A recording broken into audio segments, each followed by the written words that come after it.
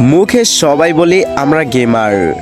গেমারদের মাঝে মাঝে এমন এমন সময় আসে যা কাউকে বলাও যায় না, আবার কাউকে বোঝানোও যায় না।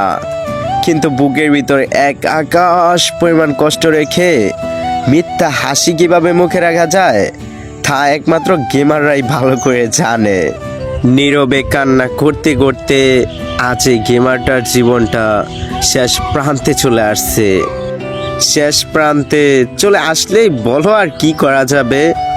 আমাদের মতন গেমারদের জীবনটা সত্যিই আসলে কেউ বুঝতে পারে না, না কাউকে বলে বোঝাতে পারবো, না কাউকে নিজের মনের কষ্টগুলো অনুভূতিগুলো কারো কাছে প্রকাশ করতে পারবো। যাকে প্রকাশ করব সেই তো উল্টা ছুঁড়ে ফেলে দেবে। কাকে বলবো?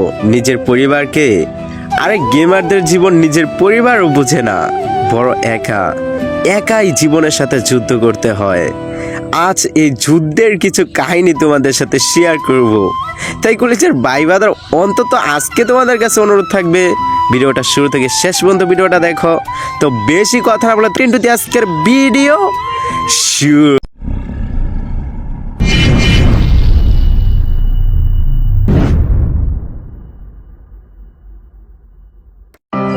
আজ থেকে নিয়ে 5 বছর হয়ে গেল ফ্রি ফায়ার গেমটা খেলি। শুরু থেকে কত মানুষের সাথে পরিচয় হয়েছি, আজকে কয়জনই বা রয়েছে। প্রথম থেকে যখন ফ্রি ফায়ার গেমটা খেলি অনেকে তো আমাকে কথাও দিয়েছিল সারা জীবন তোমার পাশে থাকবো। বন্ধু বান্ধব তো অনেকেই ছিল, বন্ধুরা আজকে কোথায় যেন হারিয়ে গেছে। তবে তাদের কথাগুলো স্পেশালি অনেক বেশি মনে পড়ে। আর যারা অনেকেই কথা দিয়েছিল তোমার সাথে সারা জীবন কেটে দিব, তবে তাদের কথা কি বলবো, নিজের মনটা এখন পাষাণ হয়ে গেছে। তাদের কথা মনে পড়লে নিজের হৃদয়টাকে ঘৃণাগিত মনে হয়। ঘৃণাগিত মনে হলেও মাঝে মাঝে অনেক বেশি আফসোস হয়।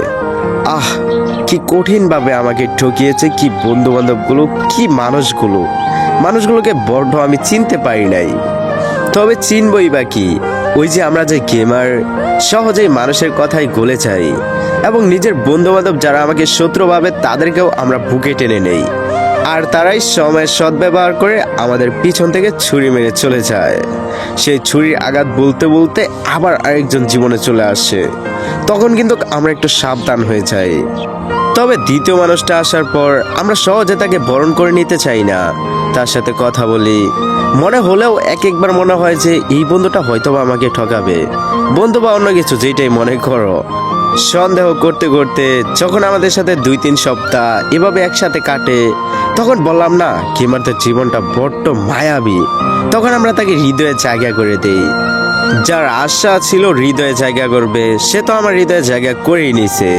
প্রত্যেকটা গেমারের জীবনে এমনই, সেটা হয়তোবা ছেলে নয়তোবা মেয়ে। ওর তো স্বার্থ পূরণ হয়ে গেছে, তারপর স্বার্থের জন্য কয়েকদিন ইউজ করবে তোমাকে, অনেকটা নিজের কাছের মনে হবে। আস্তে আস্তে যত সম্পর্কটা গভীর নিতে চাবে, সেটা বন্ধু বা অন্য কিছু, দেখবা ইগনোরটা একটু বেড়ে যায়। আরে তার তো স্বার্থ ফুরিয়ে গেছে, সে তোমার এখন বা খোঁজখবর নিয়েই বা কি করবে।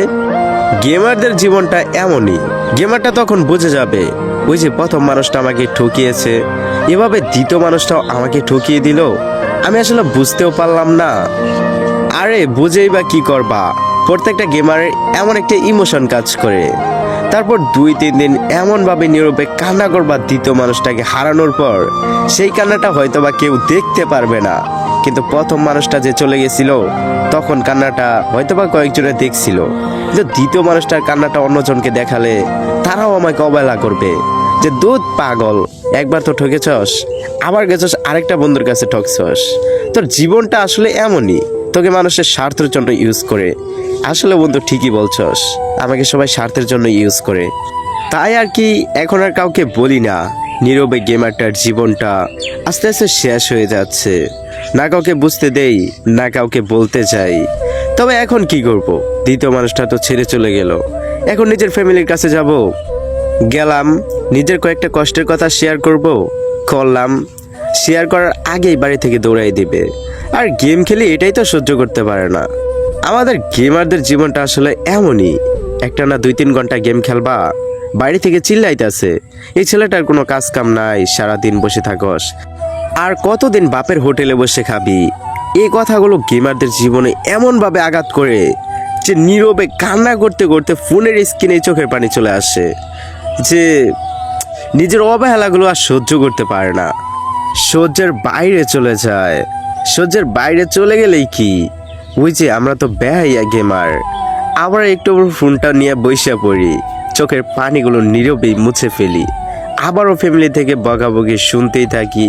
এভাবে শুনতে শুনতে না আমাদের গেমারটার জীবনটা একটা পাথরের মতন হয়ে গেছে, বড্ড পাথর। এই পাথরটা আসলে কেউ ভাঙতে পারবে না।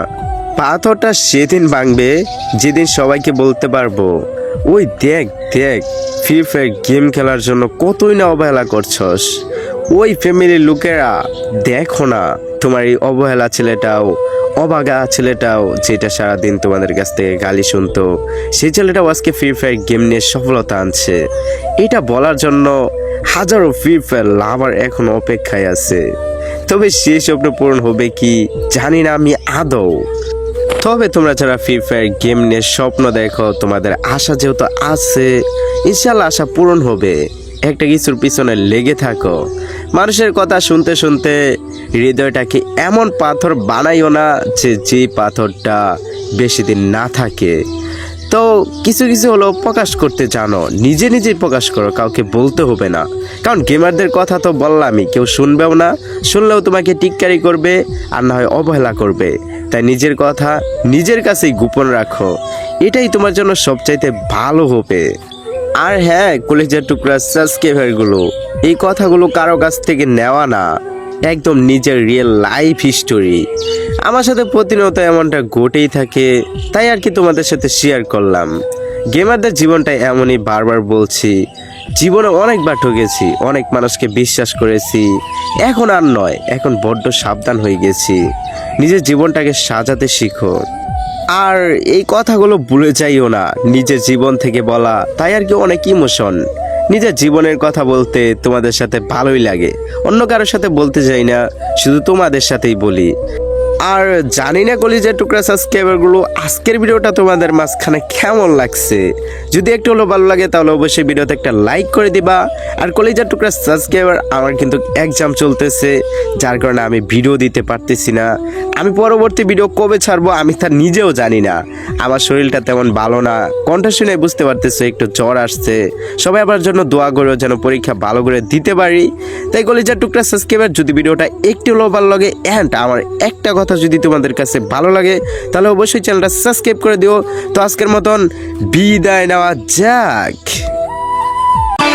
তো বন্ধুরা, আজকের ভিডিও এতটুকুই ছিল। ভিডিওটি ভালো লাগলে অবশ্যই ভিডিওতে একটা লাইক করে দিবা। আর চ্যানেলে নতুন হয়ে থাকলে অবশ্যই চ্যানেলটা সাবস্ক্রাইব করে দিয়ে আমাদের ছোট্ট একটা ফ্যামিলির সদস্য হয়ে যাও। দেখা হচ্ছে পরবর্তী কোনো ভিডিওতে। সে পর্যন্ত ভালো থাকো, সুস্থ থাকো, আল্লাহ হাফেজ।